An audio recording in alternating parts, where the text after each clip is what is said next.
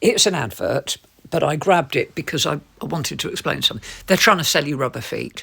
And yeah, sure, in some points that could be quite useful. However, if your machine is bouncing around like that, it's probably caused by one of two things, and they are related. The first one is that the machine is not level. Now, machines normally have two levelling feet at the front. They sit on two at the back, and the feet at the front screw up and down.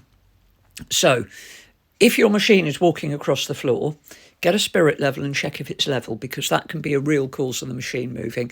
If you need to adjust those feet, then you kneel down in front of the machine, you put your hand on the top and you push it backwards. It should lean back just enough for you to adjust the feet. That's the first one. And obviously make sure that when it doesn't rock when you just move it. It can mean that the suspension is going. I mean, if it's brand new, check they've taken the bolts out because it's held in bolts. Machines are usually there's concrete blocks or springs that keep them vaguely steady when they're spinning, or they do go everywhere. And they can either break or crumble or fall off. So it is worth checking if that has done, especially if you've got an older machine and coming out from underneath it you see like fine powder. That can be the concrete blocks are breaking away.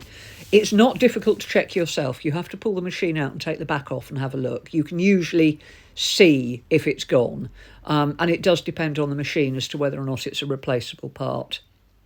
But yeah, the other one is if you've loaded it unequally, so that, for example, you put one pillow in it. You always need to do what's known as balancing the load, because if you think the drum spins on an axis like that, and if all the weight is on one side of the drum, it's going to go bang, bang, bang as it spins, and that will force it to move and can damage it. But I'm not saying the little rubber feet are not sometimes useful. They are.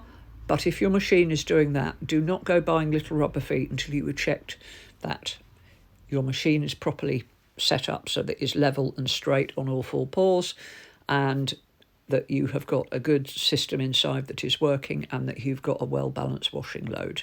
And then you can buy the things, okay?